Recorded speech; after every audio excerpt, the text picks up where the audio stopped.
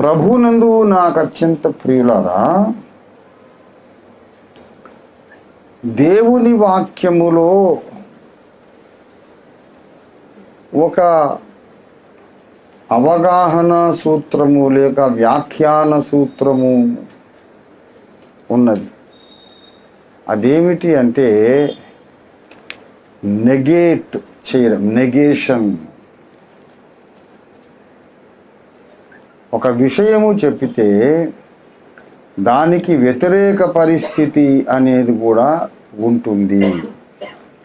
గలతీ పత్రికలోనికి రండి, ఒకసారి ఈ సూత్రాన్ని పరిచయం చేస్తాను. చాలా కొద్దిసేపే మాట్లాడుతాను కనుక డైరెక్ట్గా పాయింట్లోకి వస్తూ ఉన్నాను.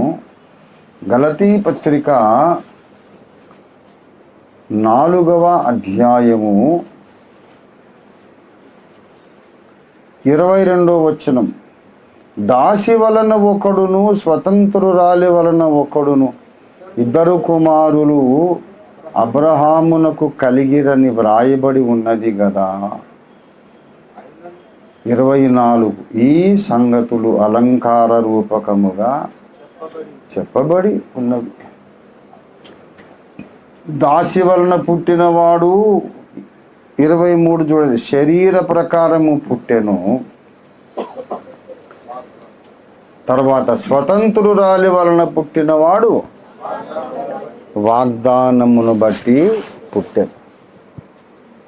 గనుక నెగేషన్ అనేది, ఇద్దరు ఉన్నారు.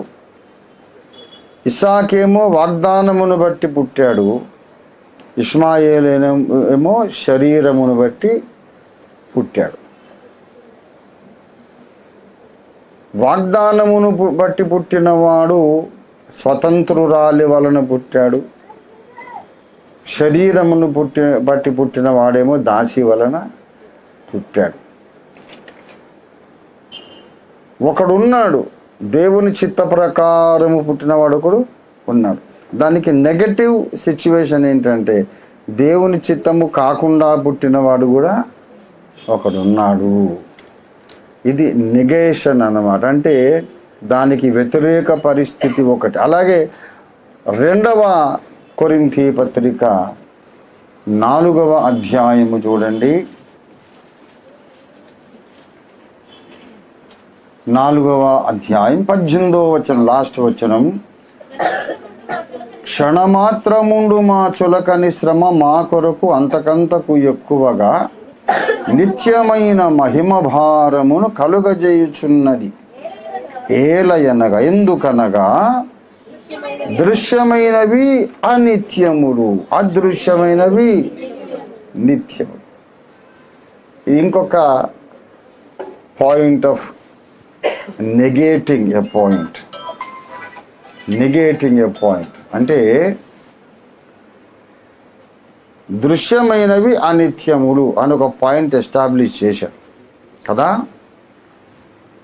అంటే కంటికి కనిపించేవి అనిత్యం, అంటే అవి ఎల్లకాలం ఉండవు, ఎల్లకాలం ఉండవు, తప్పకుండా గతించిపోతాయి. కనబడే ఈ ప్రపంచమంతా గతించిపోతుంది అనే ప్రిన్సిపల్, దీన్ని ఎవడు కాదనలేడు.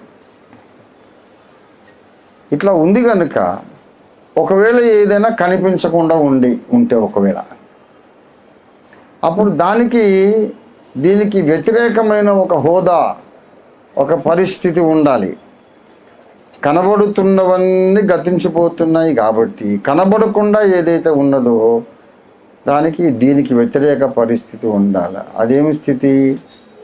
నిత్యమైన శాశ్వతమైన ఉనికి, అది గతించిపోదు. కనబడేవి కొన్ని ఉన్నాయి, కనబడనివి కొన్ని విశ్వంలో ఉన్నాయి. కంటికి కనిపించగలిగేవి, మన ఈ చర్మచక్షువు మాంసనేత్రము చూడగలిగేవన్నీ గతించిపోతున్నాయి.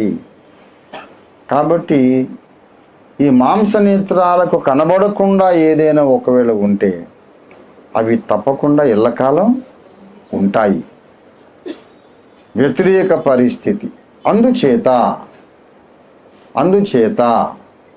విన్నారా? మరి మనం ఏం చేస్తామంటే దృశ్యమైన వాటిని చూడక అదృశ్యమైన వాటిని నిదానించి చూస్తున్నాం. దృశ్యమైనవి వాటిని చూడక అట, అసలు కనబడే వాటిని చూడమంటున్నాడు.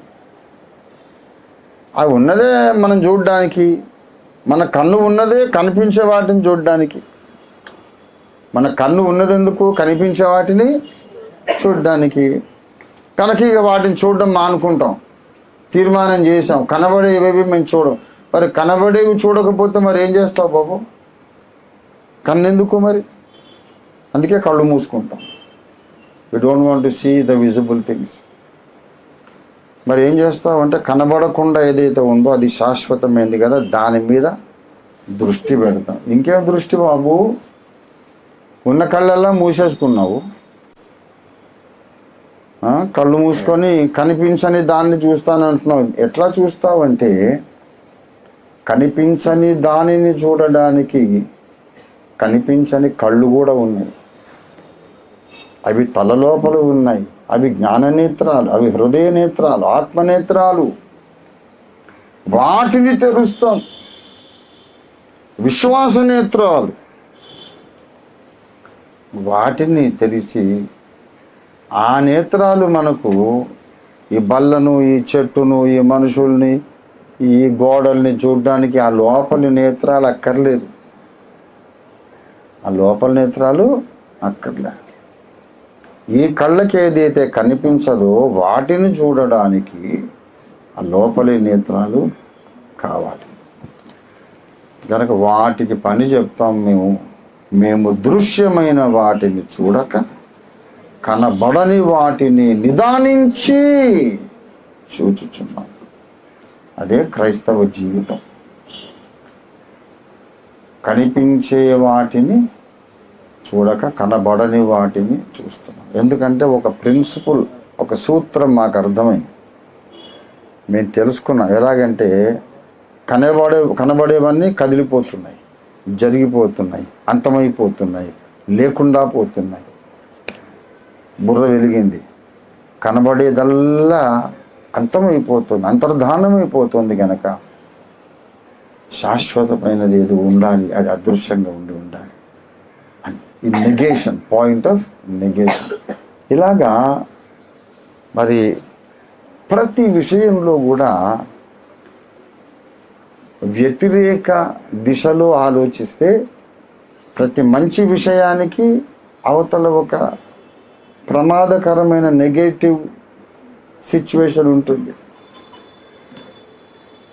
ప్రమాదకరమైన, బాధాకరమైన ప్రతి విషయానికి కూడా నాణ్యానికి వెనుక ఇంకో రెండో పక్క బొమ్మ బొరుసులాగా అలాగా అవతల పక్క ఇంకోటి ఉంటుంది. ఇప్పుడు ప్రిన్సిపల్ ఆఫ్ నెగేషన్,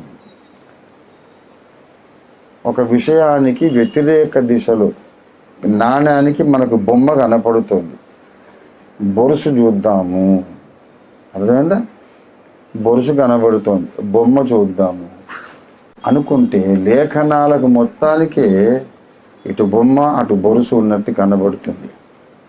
బైబిల్లోనే మనకు ఇంకా లోతైన పొరలోనికి మనం వెళ్ళిపోతాము. ప్రతి విషయం అలాగే, ప్రతి విషయం. అందులో ఇప్పుడు మనం చదివిన ఒక విషయం, నీవు జీవించుచున్నావన్న పేరు మాత్రమే నీకున్నది, కానీ నీవు మృతుడవి. సార్దీసు సంఘం దేవుడు అంటున్నాడు, నువ్వు జీవించుచున్నావన్న పేరు మాత్రమే నీకున్నది, కానీ నువ్వు మృతుడవే. అట్లనే ఇంకొక నెగేషన్ చెప్తాను. స్మరణ సంఘానికి చెప్పాడు, నీ శ్రమను నీ దరిద్రత నేను ఎరుగుదును, అయినా నీవు ధనవంతుడవి. నెగటివ్. అట్లా ఇంకో నెగేషన్ చెప్తాను. లవోదికీయ సంఘం, నువ్వు ధనవంతుడని చెప్పుకుంటున్నావు కానీ నువ్వు అంటే ఈ లోకరీతిగా వాడు చాలా డబ్బులు ఉన్నవాడు, కానీ దేవుని దృష్టికి పరమ దరిద్రుడు. స్మరణ ఈ లోకరీతిగా చాలా పేదవాడు.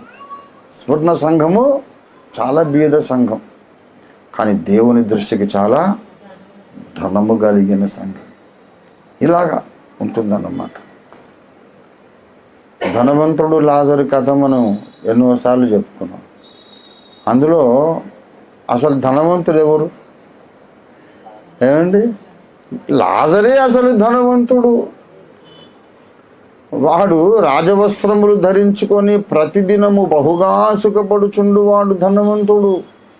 దాసదాసీ జనము, పంచభక్ష పరమాన్నములు, ఎన్నెన్నో అద్భుతమైనటువంటి సంపదలు వాడికి ఉన్నాయి. సుఖ భోగాలలో అనుదినం వాడు ఉద్యోగం ఒకటే, ఏం చేస్తాడంటే బహుగా సుఖపడుతుంటాడు. ఇంకేం లేదు, సుఖపడ్డా. సార్ మీరు ఏం చేస్తుంటారండి అంటే, నేను ఇంజనీర్ అండి, డాక్టర్ అండి, టీచర్ అండి అని చెప్తారు కదా. వాడిని మీరు ఏం చేస్తారు సార్ అంటే, నేను సుఖపడుతూ ఉంటాను, నాకు ఇంకో పని లేదని సుఖపడ్డా. అబ్బా ఎంత పుణ్యాత్ముడు, ఎంత పుణ్యం చేసుకుని పుట్టాడో అనుకుంటారు. కానీ కన్ను మూయగానే తెలిసింది ఎవడు దరిద్రుడు ఎవడు ధనవంతుడు అంటే, అడుక్కునేవాడే గొప్ప ధనవంతుడు. నెగేట్ చేయడం, మనకు కనపడే పరిస్థితికి దీనికి విరుద్ధమైన పరిస్థితి కనబడని ఒకటి ఉంటుంది. యేసు శిలువ మీద చనిపోయాడు, అది ఓటమిలాగా కనబడుతుంది. అవునా? ఓటమిలాగా కనబడుతుంది, కానీ అది ఓటమి కాదు. ఆయన శిలువ మీద చనిపోతూ తన మరణము ద్వారా సాతానును నశింపజేశాడు. దేవునికి స్తోత్రం కలిగినగా. మరణానికే గొప్ప మరణమైనాడు ఆయన. మరణాన్ని చంపి పారేశాడు. యేసయ్య ఓడిపోయాడా గెలిచాడా? గెలిచాడు. ఎన్నోసార్లు అలాగే విశ్వాస జీవితం అంటేనే ఇది. గెలిచినట్టు కనపడి ఓడిపోతుంటాము, ఓడినట్టు కనబడుతూ గెలుస్తూ ఉంటారు. ఎవరికి తెలియదు. దేవుణ్ణి అడిగితే, దేవుడు మన కళ్ళు తెరిస్తే అసలు జరుగుతున్న డ్రామా ఏంటో తెలిసిపోతుంది. ఏ సన్నివేశం జరుగుతుంది, అందులో మనం ఏ పాత్రను ధరిస్తున్నామో నాటక సూత్రధారి ఆయన చెబుతాడు. ఆయన నడిపిస్తున్నాడు తోలుబొమ్మలాట. దేవుని స్తోత్రం కలుగును గాక. తొందరపడి ఏ నిర్ణయం తీసుకోవద్దు, జడ్జిమెంట్లు ఇవ్వద్దు, నిరాశపడొద్దు, ఉప్పొంగిపోవద్దు, నా అంతటి వాడు లేడని విర్రవీగొద్దు. చాలా తప్పు. నువ్వు గెలిచాను అనుకున్నప్పుడు దారుణంగా ఓడిపోయి ఉంటావు. ఓడిపోయాను, నా జీవితంలో నాకేమీ లేదు అనుకున్నప్పుడు విశ్వ విజేతగా నిన్ను దేవుడు పరలోకంలో దర్బారులో ప్రకటించి ఉంటాడు. అక్కడికి వెళ్ళినాక తెలుస్తుంది మనకు. దేవుని స్తోత్రం కలుగునుగా. హల్లెలూయా. ఇక్కడ ఈ ప్రిన్సిపల్ ఆఫ్ నెగేషన్ అర్థమైంది కదా. ప్రతిదానికి బొమ్మకు అవతల బొరుసు ఉంటుంది. ఇప్పుడు